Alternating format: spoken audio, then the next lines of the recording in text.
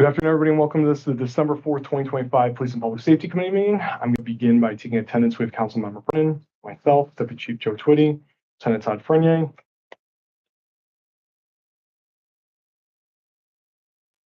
I have Fire District 1 Fire Chief Bennett here.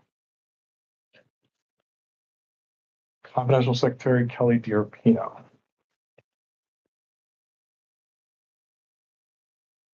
We don't have a quorum, so we are going to table the minutes.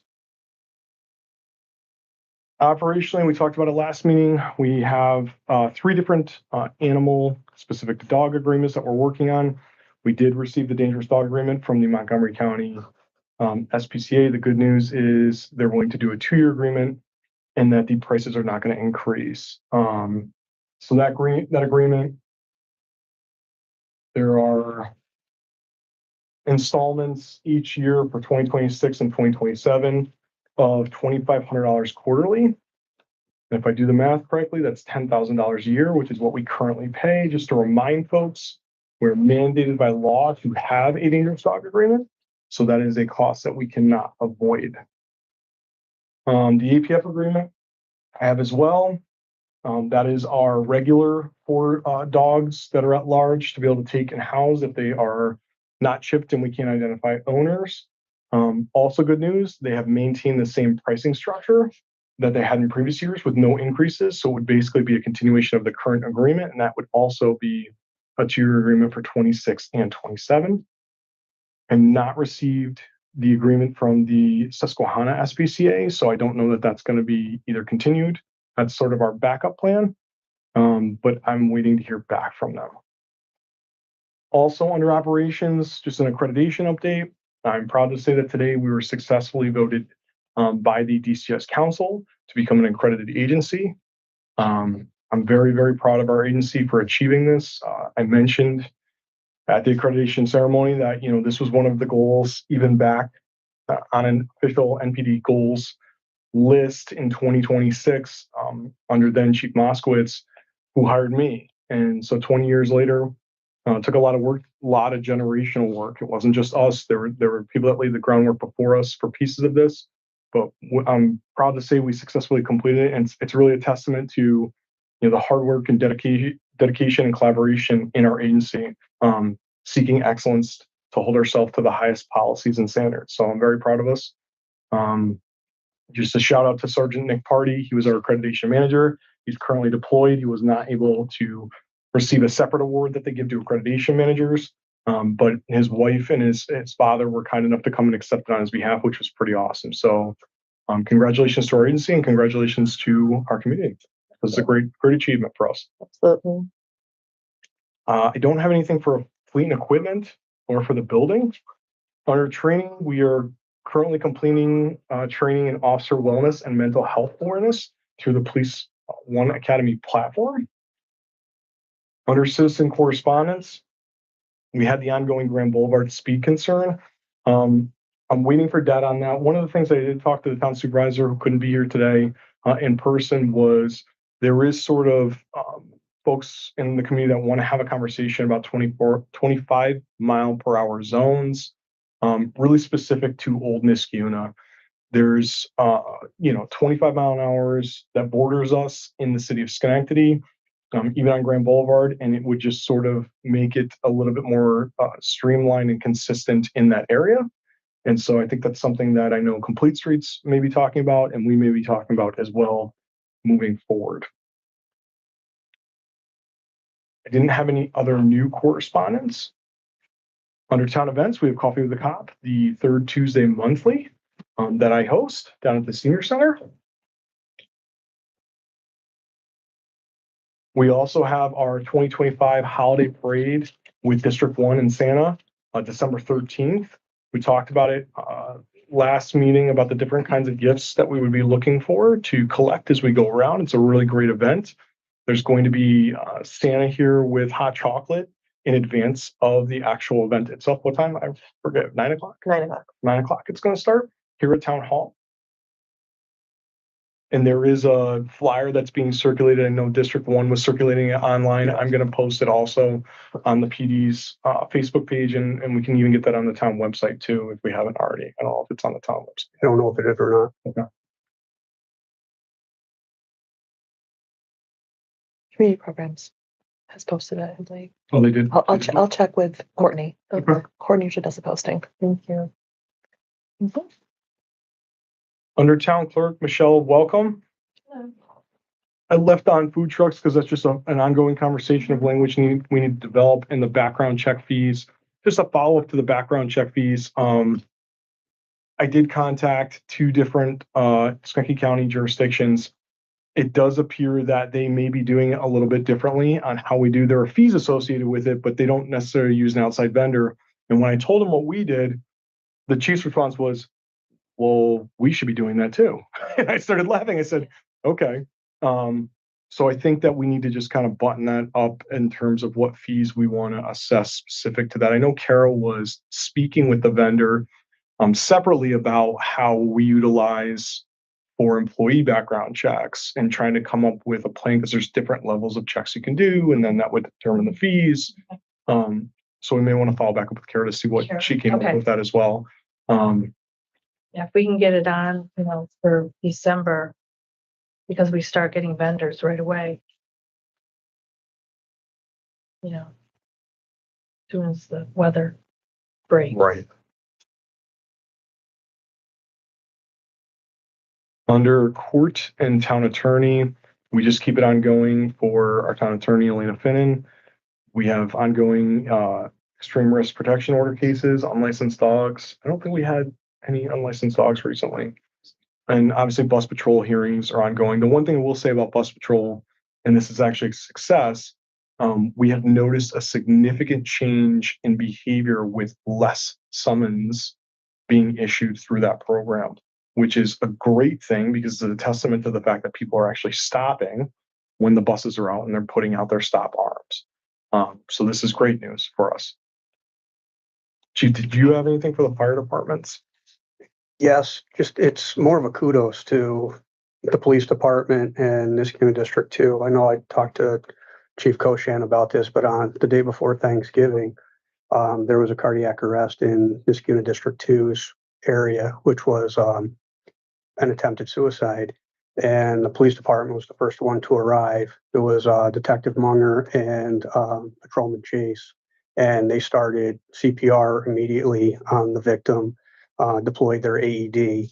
It being in District 2's area, we were not activated for it. Mohawk Ambulance is the one who usually goes to that area. They did not have advanced life support available, so we were dispatched. So our response itself was delayed for paramedics. So the police department started the chain of survival with high quality CPR and their AED. Niskuna District 2 continued on with their BLS first response, establishing an airway and working the patient until we arrived and were able to do some ALS, advanced life support modalities, and the patient has survived. So I just wanted to kind of point out the chain of survival is really important from all levels of first responders in the town. Thank you for bringing that up. That's I literally got pretty chills awesome. just now. That's amazing. pretty Yeah. awesome. I didn't have anything else under the school district. Under personnel, I do have two different tuition reimbursement requests, one from Officer Derek Breslin and one from Officer Emily Walker. This is good stuff. Officer Breslin has been working on his advanced degree in mental health counseling, and Officer Emily Walker came and we started talking about, was one of the things that actually when we hired her, she had taken a position with another agency. We took her as a lateral, and she was in the middle of her degree when she got hired by this other agency. So she kind of had to stop and put that to rest while she was going to the police academy. And one of the things I'd encouraged her when she was coming here was to finish this degree. And she, I'm happy to say, is doing that. She is looking to take 3 different classes regarding ethical problem solving and counseling process and techniques. Each of those classes is $923.40. I didn't do the total. I can do that for the resolution, obviously. And then Officer Derek Breslin is looking to finish again his degree in mental health counseling and through Russell Sage, and that's the cost of that class is $2,400, and that would need prior board approval for reimbursement upon successful completion of those classes into 2026. What degree is Officer Walker complete? I asked her, and it's eluding me now. I think there was a criminal justice component to it, and I'm forgetting exactly what the major for her bachelor's is. But again, the classes that she's taking are through Southern New Hampshire University, and ethical problem solving sounds really relatable Yeah. to policing, and obviously counseling process and techniques as well. So that's a psych Yeah. class. Yeah. Kind of on that same note, I had a family reach out to me last week. They called Niskey Police Department several times recently to help with de-escalating and giving support to a family member having some mental health symptoms. And they were just so amazed that they had this community resource and just impressed by every officer who supported them. So those, just speaking to those classes to reinforce those skills and keep building those skills, it really helps our community in more ways than people might know. Without a doubt. Mobile crisis is overwhelmed, and it's really hard to get them to come in a timely manner, not because it's their fault. It's just there's a high need for mental health support. So knowing that our department is so talented and ready to help and has the skills, I think people should know about that. I wish more people knew that too. Absolutely. We have some really talented people here. Yeah. That's awesome. I think it's hard for a family maybe to call 911, because you feel like it's such a big step, but knowing that it's okay and that our officers will come and support and be kind and not judge and, help in any way, whether it's to help get to a higher level of care or help de-escalate. It's almost like a little known secret in Niskayuna, and it shouldn't be, It's awesome. in my opinion. Also under personnel, I put crossing guard down. We had talked successfully. Barb McIntosh, who is our amazing crossing guard over in the old Niskayuna area, into coming back for one more year. She is not going to stay beyond the school year. So we're going to need to have a discussion moving forward about what that hourly rate is going to look like in posting that position to try to fill it potentially for the next school year. Are you looking at funding too, if we're splitting costs or?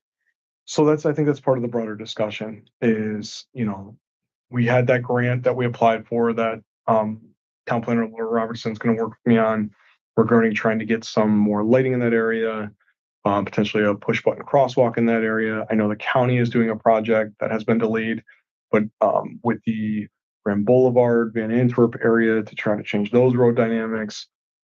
We've had multiple conversations with the district because now with their change in the way that they're putting the students in the schools and kind of having the 5-6 and how they're crossing that back road behind the school, what can we do? Because they're going to have approximately 700 to 1,000 students crossing multiple times per day.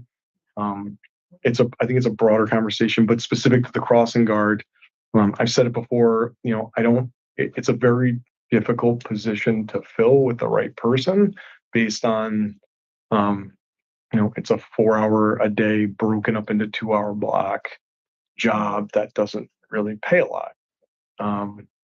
So I think we need to continue to talk about what we're going to do long term with assisting our students and parents with getting to the Hillside and Van Antwerp campuses. So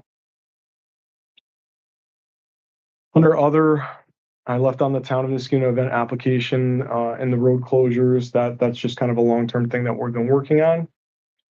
One of the things the town supervisor asked me to do was talk about meeting dates for 2026. I think we need to get the groundwork laid for pinning down the exact dates if we can in advance, just to get them out on the calendar so that everybody's fully aware and we all know what the schedule looks like. So we'll probably plan on sitting down and hashing through that at some point as well. Okay. Under resolutions, all I have is the APF agreement, and it's not going to be tentative. It's actually, we're going to put it on. And then the Montgomery County SPCA resolution, that's not going to be tentative either. That we're going to put that on. And I believe that's all I have. Does anybody have anything else? Congratulations again. Yes. Very big accomplishment. It's pretty awesome. Okay. Do I have a motion to adjourn? Motion. Do I have a second? Second. All those in favor? And with that, we're going to close this meeting. Our next scheduled meeting is going to be for January 8th. So it's the second Thursday in January because the first one falls on the 1st at 3:30 p.m. We look forward to seeing everybody there. And with that, I'm going to adjourn our meeting at 3:47. Thank you for everybody who attended.